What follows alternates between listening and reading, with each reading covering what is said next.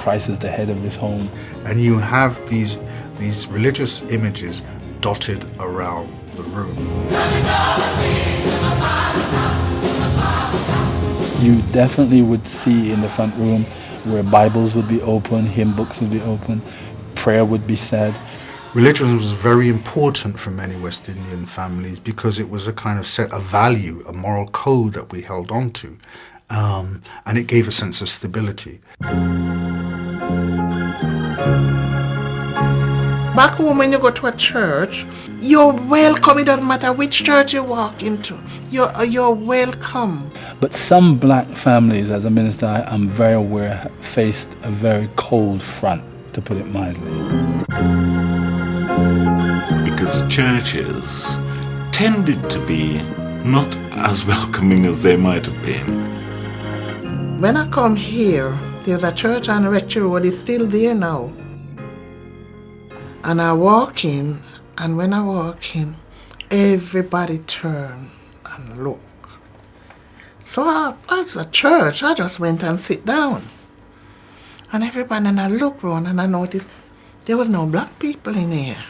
So maybe that's why they're looking. Anyway, I listened to the minister, and the service finished, and I get up to walk up, and he called me. And he asked me not to come back. And I went home, and I'm still trying to work out how did I get home, because it's the first in my life I was so shocked to know you're going to a church and they ask you not to come back. Even in churches where people have access to the church, the West Indian front room is a prayer room still. And you'll have, even in my church, many people who will have sundry or subsidiary meetings in the front room. So a lot of people found themselves having to express their religious feelings and their religious identity at home. And I think the religious pictures were part of that particular trend. Of course, there's always the family photos. In the decade that runs from the middle of the 50s to the middle of the 60s, West Indians breathed life into English high street photography. These immigrants had come here, right? Nobody knew them. They could reinvent themselves. And so many immigrants went into high street studios, such as Harry Jacobs in Brixton, and had their photos taken dressed up in their Sunday best with these backgrounds, such as picking up a phone that was not connected to anything, or having a kind of classical Greek column somewhere in the photo. People would be in every week having their photograph taken to send back to their relatives. They wanted to say to their family and friends back home, I've arrived, I'm succeeding, I'm getting on, there's social mobility. And photographs were coming the other way, so people had galleries of photographs in their front room. You would have their children, you would have their grandchildren, you would have also relatives from back home. Oh, this is my daughter. Oh, this is my granddaughter. This is my mother. This is when I get married. But they're all on the wall, sticking all around the wall. And where would we be without the crochet? The thing about the crochet, it would never be there on its own. It had to go with an ornament. Crochet on the table, crochet on the cup and the coffee table. The radiogram or the drinks cabinet.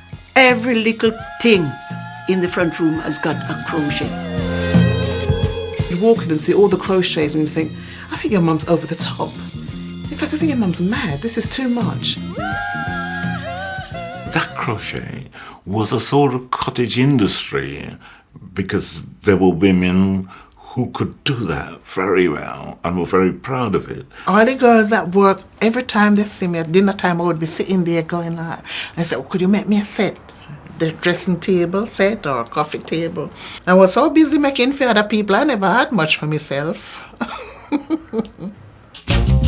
And finally, the artificial flowers. Ain't nothing like the In the Caribbean, there were flowers everywhere. People tended not to cut them and put them in the house. We thought flowers were pretty, so why not have flowers that didn't die? Very simply, they lasted forever. Even though you had to maybe possibly wash them each week, at least you didn't have flies coming in there and they had to be maintained every day. You know, they were there, they were always ready for any guests who came in. They kind of made sense in a way, because if you locked your living room away from your children, then you would have to go into water these things. Having plastic flowers in the house wasn't the same sort of aesthetic violation that English people felt it was. When my mum first used them, she called me to have a look at these flowers and talked to me about them as if they were alive, and then tapped on the soil and said that they're not real. And she was quite proud of that, because it meant that the expense that she'd laid out on these very authentic looking flowers was justified, because they'd conned her son. Welcome to my world. So if most of the front room was just for show, what was it actually used for? The front room is a very, very special place. It's a place for socializing, eating and drinking. We also play music and we dance. It can also be a dangerous room where you do all the plotting and the gossip. Good times and bad times, challenging times, difficult times. When you're crying, when you're laughing, those experiences associated with that room. If you got in trouble and you went in and your parents were sat in the front room with strangers, not necessarily their friends, you knew you were in big trouble. Someone like the police, they would be allowed in the front room. Or the pastor, my God, would he be allowed in the front room? He would not just be allowed in the front room, he would be carried on a wave of gentility into the front room. But for the children of West Indian families, getting into the front room was almost impossible. For us as children, the front room was a big people room, an adult room. An adult did their things in there. And as children, we were always curious about what these kind of rituals that adults got on with. Well, the children were not always allowed freely in the front rooms of old. My first memories of my parents' front room was that it was always locked. And the only time you would get into that front room was when a family friend came round and they